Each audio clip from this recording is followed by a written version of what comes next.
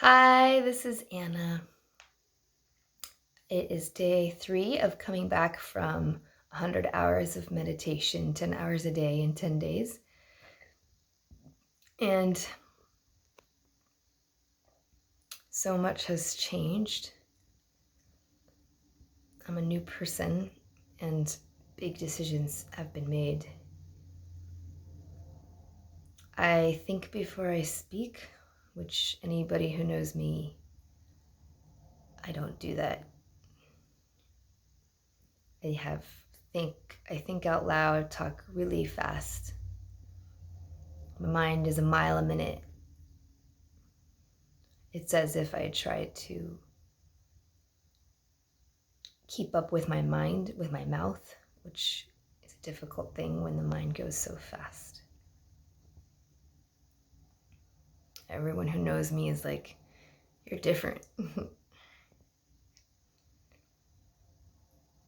And I feel very different. I went into the retreat this time, my second time. It's 3 years since the last time I went, to purify my mind of the noise and specifically not be so reactive when it came to screen time with my son and my temper that has dramatically gotten better from rage and having grown up in a household like that when my parents were getting divorced. And it was always getting better, but not quite at the root. And after this weekend, I'm clear, or this 10 days, 12 days really, I've had so many triggers coming home that normally would unravel me or upset me or surely have raised my voice or gotten upset. And it's not a perfect record. I still had an argument with my son about screens, but the anger level was way lower. The time that I was in anger was way shorter and less intense. And aside from that one time that I did lose it, my cool, my equanimity, there was about 4 other triggers where I stayed in equanimity the whole time. Our teacher, Goenka, says that if you come back, the 10 days establishes the technique of Vipassana. So you know how to come home and implement it in life. Otherwise, it's pointless time you spent if you're not going to live and embody what you learn. And you should see results, but not to expect perfection. Maybe out of 10 times of anger, there's 1 time that you don't. You're able to pause long enough to stop it. And that is huge. Huge win, huge progress. 1 in 10 times. As an overachiever, I thought, I can do that. I can do that. But I'm happy to say for me, in the last maybe 10 triggers, I think I stayed calm more than 5 times, like maybe even 7, which is unheard of and fantastic. So I'm clear this is working, or it's not even hard to remain equanimous. It's pretty effortless because I've gotten to the root at the level of the body sensation, where any of our 5 senses, and they have a 6th sense of the mind organ, which is our thoughts and emotions, when it hits any environmental object outside of us, before the reaction, before the neural pathways carve, before the chemical reactions are sent to the brain. Oh, I like this, I don't like this, therefore I'm gonna want it more, or ooh, aversion, craving, aversion, craving, aversion. That it hits as a body sensation. And at that juncture, you can train yourself to simply take a middle path of not suppressing and denying the body sensation, nor indulging in it. Instead, noticing it and staying equanimous, which means non-reacting with a balanced mind. So I feel like I've got the keys to the kingdom and have been literally every moment there's an opportunity to practice every moment. So many, besides the 100 hours.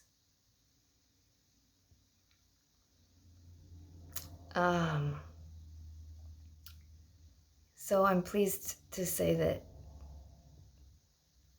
I got back Sunday morning and it's Tuesday. I allowed a very nice slow transition back into reality. After being gone for almost 2 weeks, the level of sharpness of the mind and productivity is off the charts.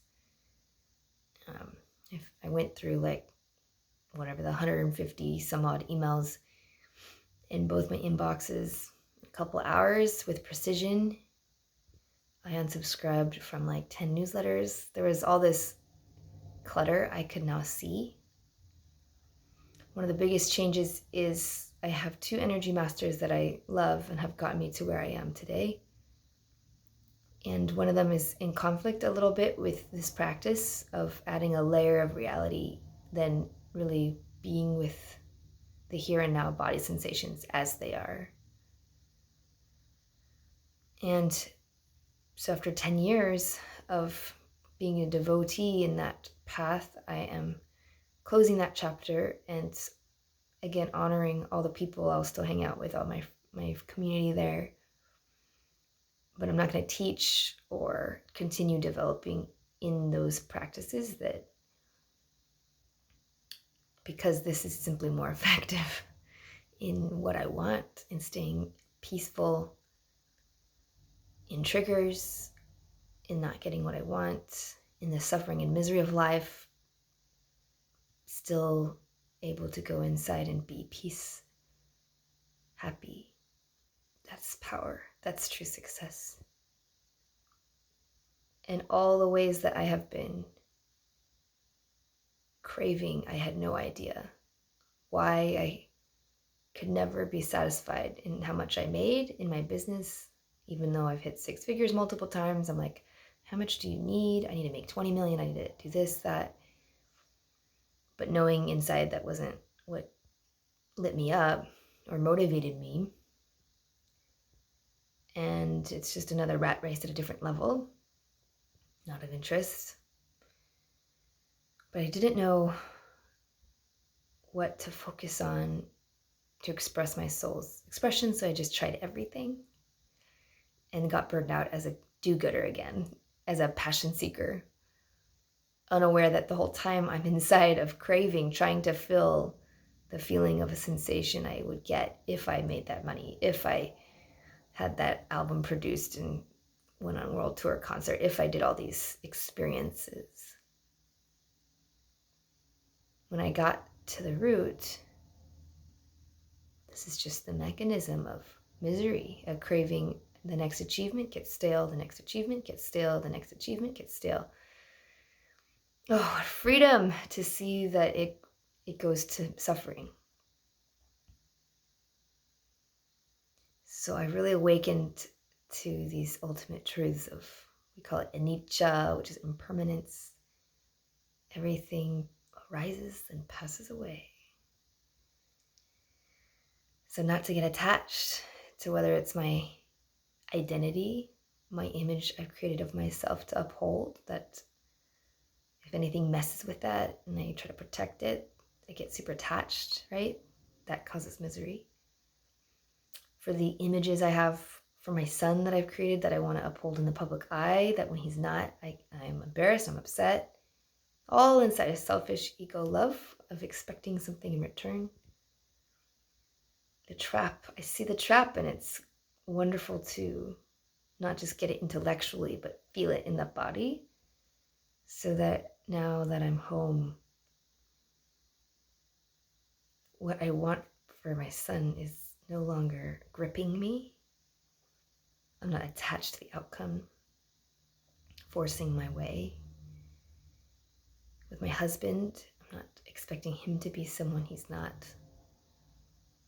Sure, all the habit patterns, right? It takes a while to completely dismantle, but it's much less the inner criticism of myself or others.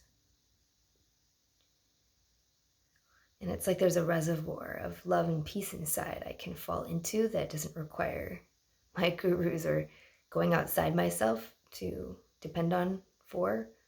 I trust me. I am generating this, and that feels so liberating. I've wanted this my whole life. I didn't know this kind of peace and happiness inside was what I was really after. And now I have this wonderful pathway, technique, tool through this kind of meditation to create that. So check it out, Dhamma, DHAMMA.org. It's free to go. You get room and board for 12 days. That's insane. And there's hard overhead costs that they just bite because it's about the purity of dana, which means donating of one's resources financially with time. The whole thing is run so purely. I'm forever grateful, and I cannot wait to see. I'm kind of unraveling from my cocoon, reemerging into the world, writing about my experience. I wrote like 8,000 words today in just a few hours, very focused flow. I love this state of mind. Not quite ready to socialize, but I started talking to a friend, had a client coaching call, and in a couple of days I have a keynote, so I'll ramp up again. But before I do, want to really savor the intent behind this all of getting to the root of misery, having a path to liberation within. Only I can do the work. No one can do it for me. I am responsible 100% for my happiness, my reactions, my suffering, all of it. And that is all. Thanks for listening.